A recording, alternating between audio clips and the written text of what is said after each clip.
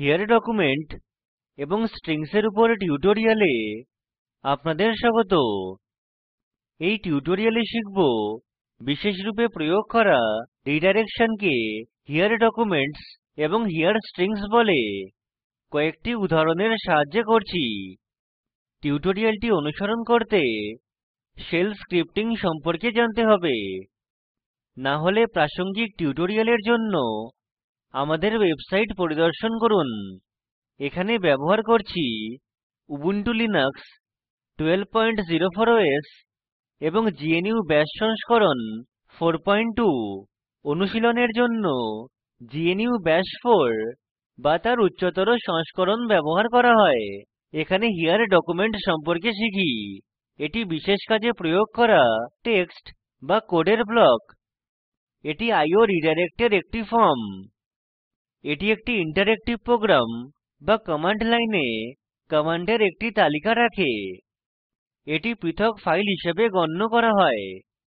এটি shell script থেকে redirect করা একাধিক লাইন ইনপুট হিসেবেও গণ্য করা হয়। সিনট্যাক্স হল command space less than space here। এরপর পরবর্তী লাইনে আমরা টেক্সট ইনপুট দিতে পারি। এটি লাইনের যে কোনো সংখ্যা দ্বারা হতে পারে। এখানে text1 text2 এবং text10 হল টেক্সট ইনপুট। টেক্সট ইনপুটের পর পরের লাইনে আমরা here কীওয়ার্ড আবার লিখি। এটি here ডকুমেন্টের সমাপ্তি উল্লেখ করে। এটি একটি উদাহরণের সাহায্যে বুঝি। আমি here.sh নামে একটি ফাইল খুলবো। কোডের প্রথম লাইন হল shebang লাইন। এই লাইনের পর কোডের একটি ব্লক রাখি। wc শব্দ সংখ্যা যাচাই করে। wc-w here ডকুমেন্টে শব্দ সংখ্যা গণনা করে। here এর দ্বিতীয় সংগঠন পর্যন্ত কোডের ব্লক বা টেক্সট একটি ফাইল হিসেবে গণ্য করা হয়। here ডকুমেন্টে থাকা বিষয়বস্তু wc-w কমান্ডে একটি ইনপুট। একাধিক লাইন ইনপুট পড়ার পর wc-w here এর জন্য একটি ডিলিমিটার। আমরা টার্মিনালে একই কমান্ড চালানোর চেষ্টা করলে আমাদের আউটপুট হিসেবে 4 পাওয়া উচিত। এর কারণ হল আমরা wc-w কমান্ডে 4টি শব্দ পাস করেছি। ফাইল সংরক্ষণ করতে সেভ এ টিপুন। আপনার কীবোর্ডে Ctrl Alt এবং T কী একসাথে টিপে টার্মিনাল খুলুন। লিখুন chmod space +x space here.sh। Enter টিপুন।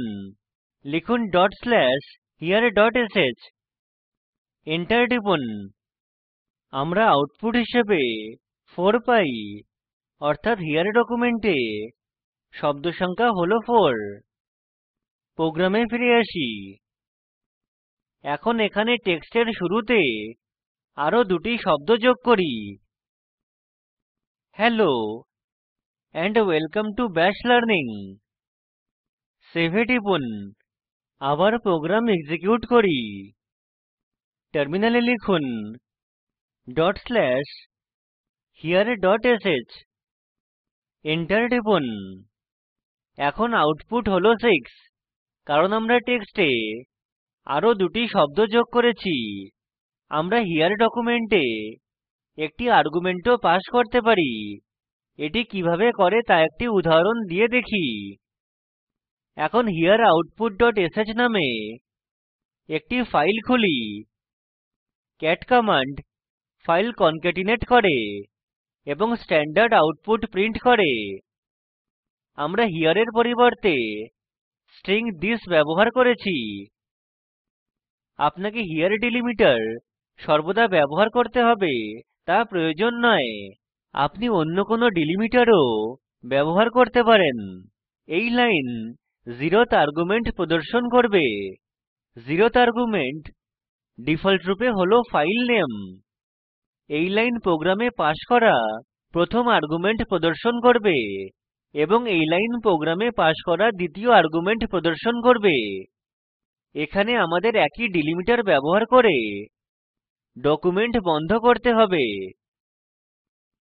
ফাইল সংরক্ষণ করে প্রোগ্রাম এক্সিকিউট করি। টার্মিনালে লিখুন chmod space +x space hereoutput dot sh। Enter টিপুন। লিখুন hereoutput dot sh space Sunday space Monday. প্রদর্শিত আউটপুট হল 0th argument is hereoutput dot sh, যা হল file name. First argument is sunday, second argument is monday। এখানে here string সম্পর্কে শিখি। here string text বা ভ্যারিয়েবল থেকে ইনপুট রিডাইরেক্ট করতে ব্যবহৃত হয়।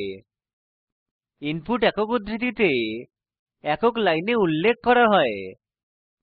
সিনট্যাক্স হল কমান্ড স্পেস তিনবার লেস দেন চিহ্ন স্পেস একক উদ্ধৃতিতে স্ট্রিং।